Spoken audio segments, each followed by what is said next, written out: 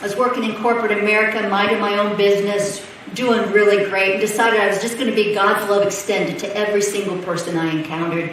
And I was really content in that place, and God started rat-a-tat-tatting at my heart. And he simply said, Julie, you've been spent for a lot of things. I want you to be spent for me. And rather than rising up and saying, all right, I've been waiting for this. Now, years before, I was going, put me in, coach, put me in. And then I got into this place where it was just, you know what, God's never going to use me, because my excuse was, but Lord, I'm divorced. I felt so disqualified, so many different conditions, upraising. If you were here this weekend, you got to hear a little bit more of that story.